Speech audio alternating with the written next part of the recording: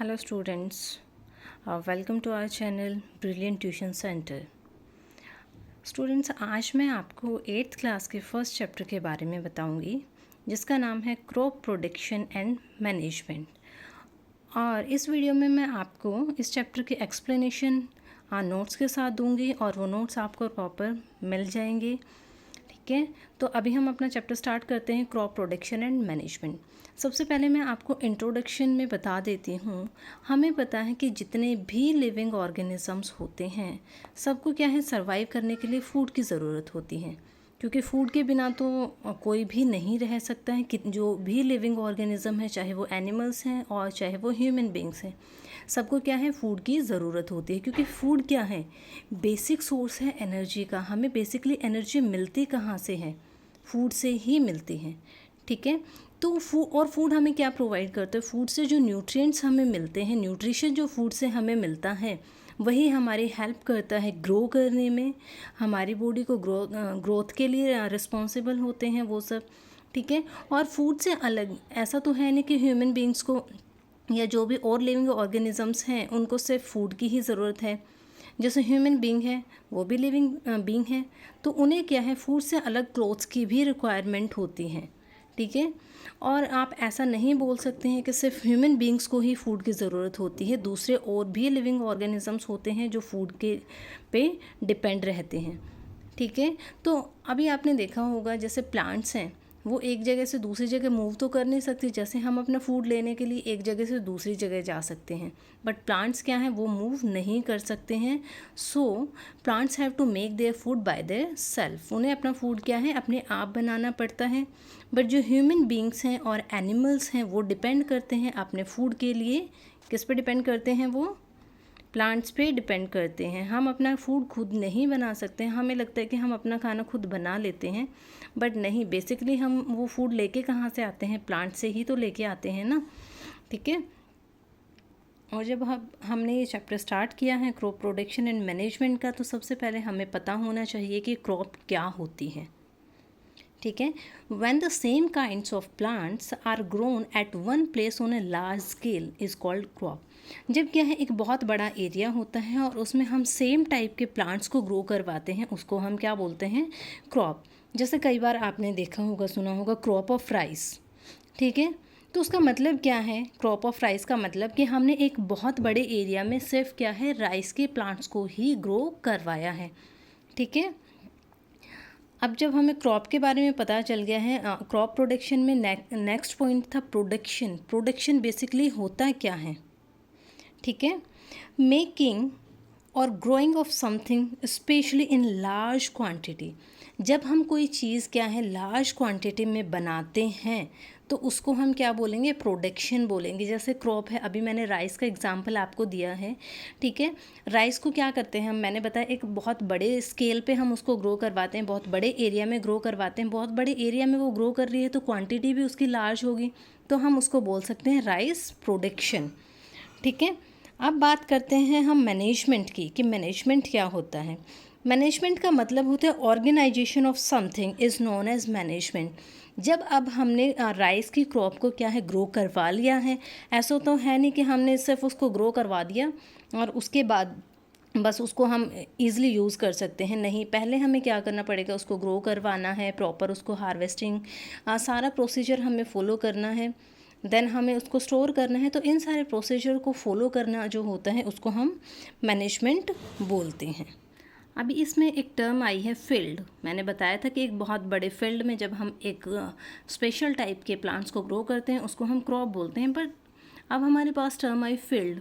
तो फील्ड का क्या मतलब होता है? फील्ड होता क्या है? फील्ड का मतलब है एक वो लैंड जहाँ पे हम प्लांट्स को कल्टीवेट करते हैं। ठीक है, अभी इसमें एक वर्ड आया कल्टीवेटेड। ठीक है, कल्टीवेटेड का मतलब क्या होता है? The act of growing a particular crop और to prepare land and growing crop on it. एक वो एक्टिविटी, ठीक है, जिसमें हम क्या करेंगे, एक स्पेशल टाइप की क्रॉप को ग्रो करवाते हैं, या फिर कोई एक लैंड है, कोई एक एरिया है, हम उसको ऐसा बनाएं, उसको पहले प्रिपेयर करें क्रॉप को ग्रो करने के लिए। ठीक है, अब हम उसके बाद बात करते हैं व्हाट इज़ एग्रीकल्चर। ठीक है, एग्रीकल्चर होता क्या है। अब हमने जो प्लांट्स के बारे में बात की है, क्रॉप प्रोडक्शन के बारे में बात की है, बेसिकली ये सारी टर्म्स आती कहाँ पे हैं, एग्रीकल्चर के अंदर आती हैं। ठीक है, तो सबसे पहले हमें पता होना चाहिए कि व्हाट इज़ एग्रीकल्चर, एग्रीकल्चर होता क्या है। Agriculture is also a science, ये भी एक साइंस है जो डील करती है with the cultivation of plant for human use is called agriculture. ठीक है, एक वो साइंस जिसमें हम क्या करते हैं, प्लांट्स की कल्टीवेशन के बारे में पढ़ते हैं कि किस प्लांट को कैसे ग्रो किया जाना है, किन कंडीशंस में ग्रो किया जाना है, उन्हें किन किन चीज़ों की रिक्वायरमेंट होती है, किस सीज़न में हम उन प्लांट्स को ग्रो कर सकते हैं।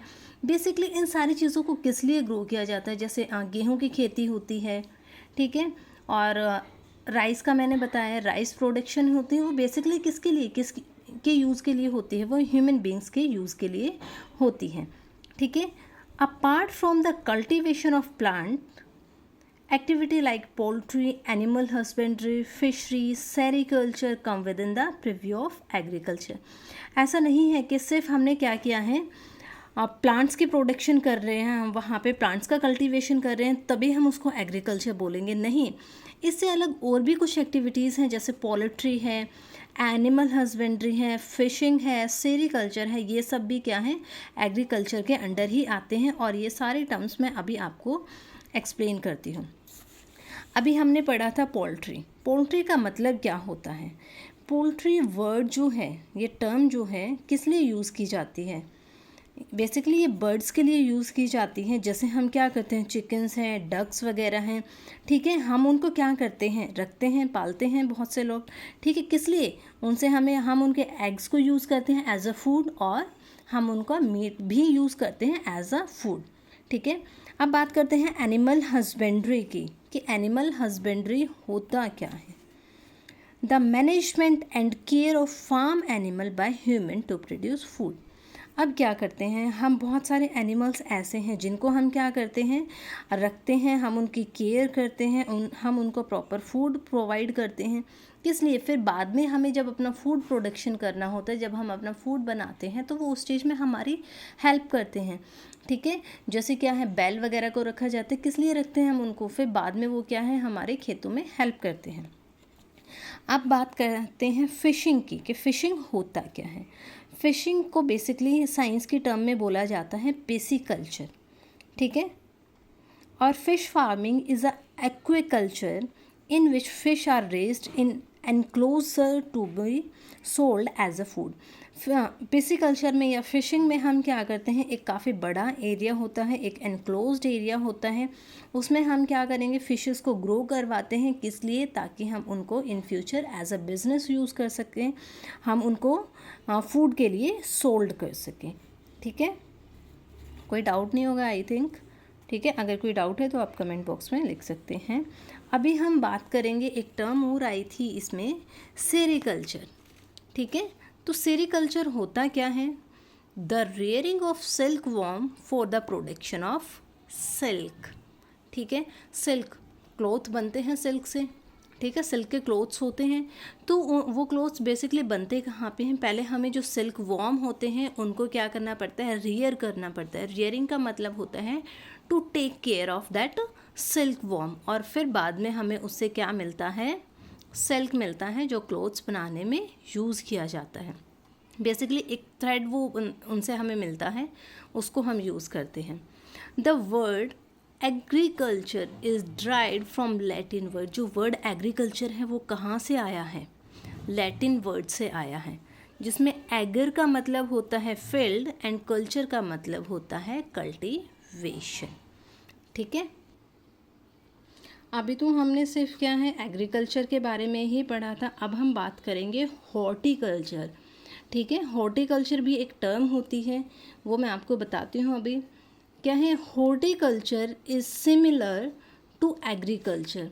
हॉर्टिकल्चर भी क्या है, एग्रीकल्चर जैसा ही होता है। बहुत सारे वेज में देखा जाए, बहुत सारे तरीक़ों में हम हॉर्टिकल्चर और एग्रीकल्चर दोनों टर्म क्या है, हमें सेम लगती हैं। बट जो हॉर्टिकल्चर है, but it is usually carried out on a smaller scale. हमें पता है जो एग्रीकल्चर है, एग्रीकल्चर का मतलब क्या होता है, production of a special type of plants on a large scale. But horticulture में ऐसा नहीं होता है, ठीक है। हॉर्टिकल्चर में क्या होगा, अगर हम किसी भी चीज़ की प्रोडक्शन कर रहे हैं वो क्या होगी, स्मॉलर स्केल पे होती है। Horticulture is a branch of agriculture, ये भी क्या है, हॉर्टिकल्चर जो है एग्रीकल्चर का ही एक पार्ट है, that deal with the production of vegetables, fruits, flowers and decorative plants, ठीक है। हॉर्टिकल्चर में बेसिकली हम क्या करते हैं, वेजिटेबल्स हैं, कोई फ्रूट्स हैं, फ्लावर्स हैं, या कोई डेकोरेटिव प्लांट्स हैं, उनका प्रोडक्शन करते हैं, और इनका प्रोडक्शन हमें बहुत बड़े स्केल पे करने की ज़रूरत नहीं होती है। As vegetables, fruits are rich in minerals and vitamins, they are an important part of our food or a balanced diet. जैसे हमें पता है वेजिटेबल्स हैं, फ्रूट्स हैं, वो उनमें क्या है, मिनरल्स बहुत ज़्यादा अमाउंट में मिलते हैं, विटामिन्स भी मिलते हैं हमें उनसे, ठीक है। तो क्या है, वो बहुत इम्पोर्टेंट पार्ट है वेजिटेबल और फ्रूट हमारे फूड का। क्यों, क्योंकि वो अगर क्या है, हम प्रॉपर अमाउंट में मिनरल्स, विटामिन्स वगैरह नहीं ले रहे हैं अपनी डाइट में, तो हम उसको बैलेंस्ड डाइट नहीं बोल सकते हैं। बैलेंस्ड डाइट का मतलब होता है एक वो डाइट जिसमें हम सारे न्यूट्रिएंट्स प्रॉपर अमाउंट में, जितनी हमें रिक्वायरमेंट है हम उतना लेते हैं। In India, the following are some of the vegetables and fruit produced by way of horticulture, ठीक है। अभी मैं आपको कुछ एग्जाम्पल बताती हूँ, ठीक है। आप देखो फ्रूट्स हैं, कौन से होते हैं फ्रूट्स, एप्पल है, बनाना है, ऑरेंज है, पपाया है, मैंगो है। और वेजिटेबल्स की बात करें इंडिया में बेसिकली जिनको ग्रो किया जाता है, टोमेटो है, पोटैटो है, ब्रिंजल है, कैरेट है, ऑनियन है। अगर अब हम बात करें फ्लावर्स की, ठीक है, फ्लावर्स का जो प्रोडक्शन होता है वो किसके अंडर आएगा, हॉर्टिकल्चर के अंडर आता है। वेजिटेबल्स भी हॉर्टिकल्चर में आती हैं, फ्रूट्स भी हॉर्टिकल्चर में आता है। एग्रीकल्चर में बेसिकली क्या आएंगे, जैसे वीट का प्रोडक्शन हमें बहुत बड़े स्केल पे करना होता है, राइस का प्रोडक्शन हमें बहुत बड़े स्केल पे करना होता है, ये सब चीज़ें आती हैं एग्रीकल्चर के अंडर। बट अगर क्या है, हॉर्टिकल्चर जो देखा जाए तो हॉर्टिकल्चर क्या है, it is a part of agriculture, but इसमें प्रोडक्शन हम क्या करेंगे, स्मॉलर स्केल पे करते हैं, ठीक है। फ्लावर्स हैं, फ्लावर्स को अगर ये क्या है, डेकोरेटिव होते हैं, डेकोरेशन के लिए इनको यूज़ किया जाता है, तो रोज़ है, जैस्मीन है, मैरीगोल्ड है, बाल्सम है, ये सारे फ्लावर्स क्या हैं, इनको प्रोड्यूस किया जाता है ऑन अ स्मॉल। अभी हमने क्या है, सारा पढ़ लिया है कि क्रॉप्स क्या होती हैं, प्रोडक्शन क्या होता है, मैनेजमेंट का मतलब क्या होता है, ठीक है, ये सारी चीज़ें पढ़ी हैं। बट अब हमें ये देखना है कि ऐसा तो है नहीं कि हम किसी भी क्रॉप को किसी भी सीज़न में ग्रो कर सकते हैं, ऐसा तो नहीं हो सकता ना, क्योंकि वो ग्रो ही नहीं कर पाएंगी, ठीक है। अभी हम फ्रूट्स खाते हैं, फ्रूट्स का भी हमें पता है कि नहीं, ये फ्रूट हमें कौन से सीज़न में, मैंगो खाते हैं, मैंगो हमें क्या है, गर्मियों में मिलेगा, ठीक है। तो हर एक प्लांट का ग्रो करने का एक सीज़न होता है जिसको हम क्रॉप सीज़न बोलते हैं। क्रॉप सीज़न में बात करें हम तो क्या है, India is a vast country, India क्या है, एक बहुत बड़ी कंट्री है, और यहाँ की क्लाइमेटिक कंडीशंस जैसे टेम्परेचर है, ह्यूमिडिटी है, रेनफॉल है, वो क्या करता है, वेरी कर जाता है one region to another region. ऐसा तो है नहीं कि हर रीजन में इक्वल अमाउंट में क्या है, बारिश होती है, या वहाँ का टेम्परेचर। अब अगर हम बात करें कि हरियाणा का टेम्परेचर की बात कर लें और हम हिमाचल के टेम्परेचर की बात करें, तो दोनों हमेशा सेम तो नहीं हो सकते ना, ठीक है। तो क्या है, हर एक रीजन का जो टेम्परेचर है वो वेरी कर जाता है। There is a rich variety of crop grown in different part of India. हमें पता है कि इंडिया में बहुत अलग अलग तरीके की क्रॉप्स का प्रोडक्शन किया जाता है, डिपेंड करता है कि कौन सी क्रॉप है, उस क्रॉप के लिए किन किन कंडीशंस की ज़रूरत होती है, और वो कंडीशन किस एरिया में पूरी हो सकती हैं, तो उस क्रॉप का प्रोडक्शन हम उसी एरिया में करेंगे, ठीक है। तो क्रॉप सीज़न में बेसिकली बात की जाए तो दो टाइप की क्रॉप्स बताई गई हैं, one is kharif and second is rabi. Kharif seasons की जो क्रॉप होती हैं वो कौन सी क्रॉप होती हैं, जिनको हम रेनी सीज़न में ग्रो करवाते हैं। बेसिकली जून और जुलाई में हम जिनको ग्रो करवाएंगे वो खरीफ की क्रॉप्स होती हैं। और जो खरीफ क्रॉप होती हैं हार्वेस्टेड का मतलब क्या है, उनको काटना, ठीक है। खरीफ क्रॉप्स जो होती हैं उनको हम कब हार्वेस्ट करते हैं, आफ्टर मानसून के बाद, जैसे सितंबर या अक्टूबर में। और खरीफ का एग्जाम्पल क्या है? सोयाबीन है, कॉटन है, मेज़ है, पैडी क्रॉप्स हैं। ठीक है, तो पता चला खरीफ की क्रॉप्स कौन सी होते हैं जिनको हम जून और जुलाई में ग्रो करते हैं और सितंबर और अक्टूबर में हार्वेस्ट करते हैं। अब हम बात करते हैं रबी क्रॉप की। ठीक है, रबी की क्रॉप्स कौन सी होती हैं? अब हम इनको क्या करेंगे, विंटर में हम इनको ग्रो करवाते हैं। ठीक है, सर्दियों में हम इनको ग्रो करेंगे और उसके बाद अक्टूबर, कौन सा मंथ्स में, हम अक्टूबर और नवंबर में हम इनको ग्रो करवाते हैं और हम इनको हार्वेस्ट करते हैं मार्च या अप्रैल में। बेसिकली आप वीट्स को देखो, गेहूं की फसल आप सबने देखी होगी। ठीक है, तो गेहूं को बेसिकली हम कब क्रॉप करते हैं, उस क्रॉप को हमें कब ग्रो करवाना होता है, बेसिकली सॉन कब करते हैं हम उसको, सर्दियों में। ठीक है, और अभी क्या है, उसका हार्वेस्टिंग सीज़न चल रहा है। ठीक है, तो आज मैं आपको सिर्फ इतना ही बताती हूँ। कल हम स्टार्ट करेंगे अपना दूसरा topic, basic practices of crop production. Crop production के लिए हमें किन किन प्रैक्टिसेस की ज़रूरत होती है उसके बारे में मैं कल आपको बताऊँगी। ठीक है, थैंक यू।